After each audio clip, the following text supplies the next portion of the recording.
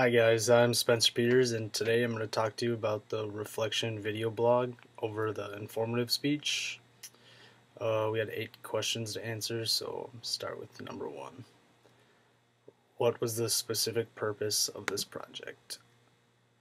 I believe the specific purpose of the project was to just help us improve in our speaking, and we didn't have to worry about being on camera in front of people, so that took some of the anxiety out of it. I also think it's important to be able to present information that is unbiased and you just pretty much give your audience their own way or make their own decisions about how they feel about the subject.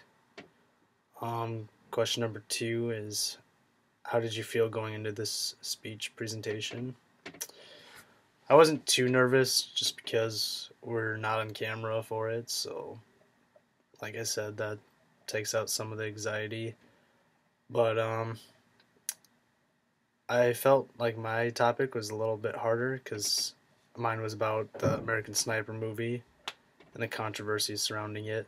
And since that's a new movie, there wasn't much research to go off of. So I had a hard time finding some of this stuff, but I think it turned out alright. Question number 3 is, did you experience speaker anxiety? I don't think I did at all for this project because I didn't have to show my face or anything, so that takes out a lot of the anxiety for me at least. And it was just me in my room talking to my computer, so it's kind of easy. Number 4 is, was your technology adequately prepared? Actually, the PowerPoint on my computer wasn't working very well, so like when I was recording my voice, it was only doing 30 seconds worth instead of, that's the max it would go.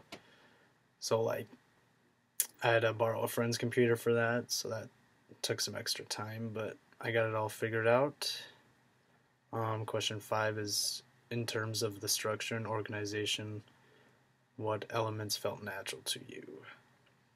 I think the introduction and conclusion felt the most natural. It's just easier to get things started and then bring them to a conclusion.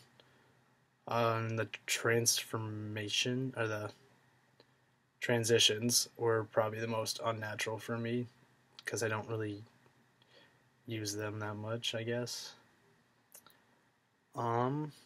Question number 5 is, or 6 is, how did you consider your audience? I guess I was just trying to give my best, or like present the best information for my audience in my speech so they could better understand what I was talking about and what my topic was on.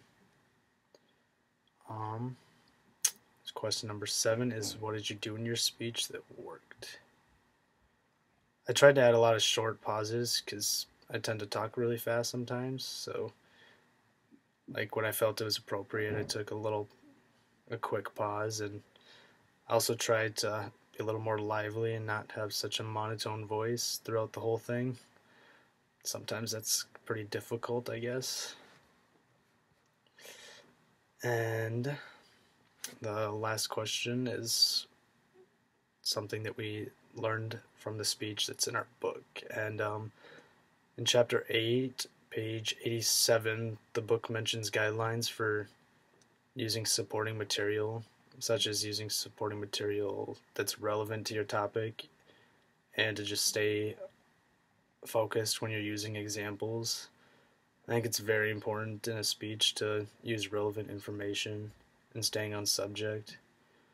When you don't use relevant information when you're talking or writing a paper, you're just kind of going on way off subject, and your paper doesn't sound good or your speech doesn't sound good, and your audience doesn't know where you're going with it, and that's pretty much it.